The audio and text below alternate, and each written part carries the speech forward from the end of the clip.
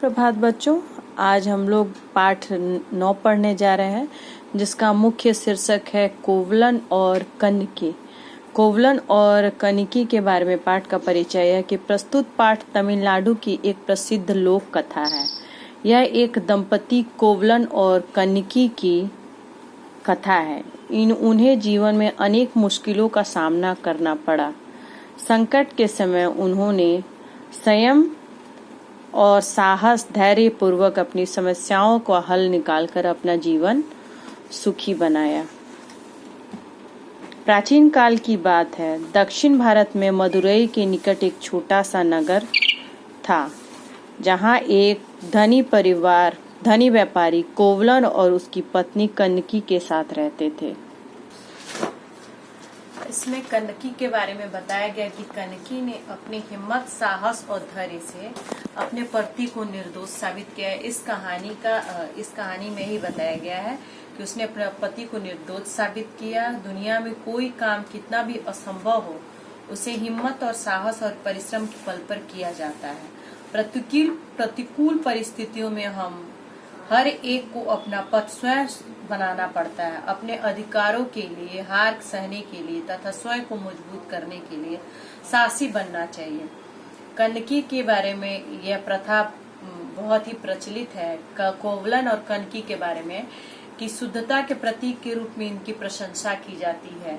अभी भी इनको देवी के रूप में पूजा की जाती है। उन्होंने श्रीलंका में सिंघली बौद्धों, श्रीलंका तमिल हिंदुओं द्वारा कनकी अम्मान और दक्षिण भारतीय राज्य केरल में कोंडुगलूर भगवती और अटुकल भगवती के रूप में श्रीलंका में देवी पातनी के रूप में उनकी पूजा की जाती है। कनकी को एक बहादुर स्त्री के रूप में, एक महिला के रूप में देखा जाता है, जो सीधे राजा से न्याय मांग सकती है। आगे हम लोग पढ़ेंगे कि कोवलन बताया गया कि प्राचीन काल में जो मदुरई के निकट एक छोटा सा नगर था, जिसमें एक धनी परिवार रहता था, कोवलन और कनकी। कोवलन अक्सर सामान खरीदने और बेचने इधर उधर जाता था। इस तरह उसने व्यापार से काफी धन एकत्रित किया और अपने नगर में उसकी प्रतिष्ठा थी। उसका पूरा परिवार बहुत ज्यादा सुखी था।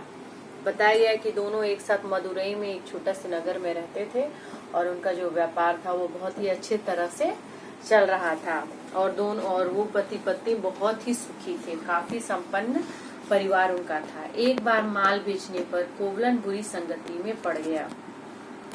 संगति के कारण उसे व्यापार में घाटा होने लगा। उसने अपना सारा धन गंवा दिया। कोवलन अपने किए पर पश्चाताप कर रहा था, परंतु अब क्या हो सकता था। ठीक ही कहा गया, अब पछताए होत क्या जब चिड़िया चुग गई खेत। यानी कि जब हम कोई कार्य करते हैं और बाद में जब वो कार्य जब खराब हो जाता है या वो कार्य जब बिगड़ जाता है, तो हमें उस पछताने के अलावा हम पछताने के सिवा और कुछ कार्य नहीं कर सकते। इसमें बताया गया, अब पछताए होत क्या जब चिड़िया चुग गई खेत। जब घर में खाने के लाले पड़ने लगे तो उसने मदुरई जाकर नए सिरे से जिंदगी आरंभ करने की सोची। अनेक बार मना करने पर भी कनकी न मानी और थोड़े बहुत कपड़े और खाने का सामान लेकर दोनों ने पैदल मदुरई की यात्रा शुरू की। कुछ दिनों में दोनों मदुरई पहुंच गए। भोजन और आवास की समस्या थी। उन्होंने किराए पर एक घर लिया। 1-2 दिन अपना लाया खाना खाया, फिर वह समाप्त हो गया। कोवलन के पास अब धन बिल्कुल नहीं बचा था। कनकी ने कहा, मेरे पास कुछ गहने हैं, आप उन्हें बेचकर भोजन सामग्री ले आए।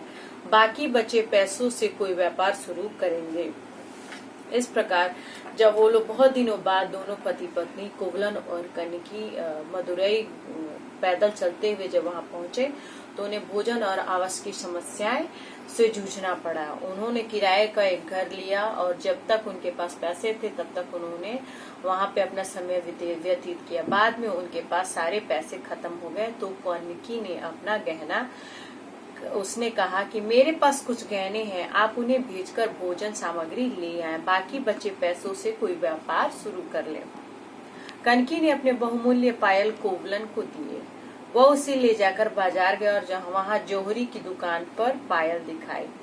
जौहरी मतलब होता है जो हीरे जवाहरात जो बेचता है, जो उसे हम सुनार भी कहते हैं, उसे हम जौहरी भी कहते हैं। उसने अपना पायल जौहरी की दुकान पर ले गया और निर्धन दिखाई देने वाले इस व्यक्ति के पास इतनी बहुमूल्य पायल कहाँ से आई। ऐसा सोचते ही जौहरी कोवलन को दुकान पर बैठाकर स्वयं बाहर चला गया। कुछ ही देर में वह 2 सिपाहियों के साथ लौटा। जौहरी के साथ सिपाही भी भीतर आए। कोवलन घबरा गया। तभी एक सिपाही बोला, तुम चोरी की पायल बेचने आए हो, अपराधी हो, चलो। और वो कोवलन को पकड़कर ले गए। जब कोवलन अपनी पत्नी का कन्नकी का पायल बेचने के लिए, जो बहुत ही बेशकीमती था, उसे बेचने के लिए जब वह एक जौहरी के दुकान पर गया तो जौहरी को लगा कि यह इतना गरीब व्यक्ति है, इसके पास इतनी महंगी पायल कहाँ से आएगी।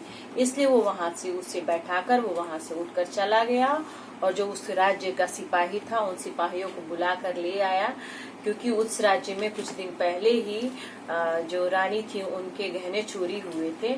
इस वजह से वो सिपाही जो जौहरी था उसे लगा कि ये जो गरीब व्यक्ति है यानी कोवलन है, इसने ही चोरी की और उसने उस सिपाहियों को बुलाया और उसे गिरफ्तार करवा लिया। उसे वहां पर उसे पकड़ा दिया गया। बच्चों, अब ये जो अध्याय है मैं यहीं समाप्त कर रही हूँ। अगले क्लास में मैं आगे की पढ़ाई आप लोगों को पूरा करवाऊंगी।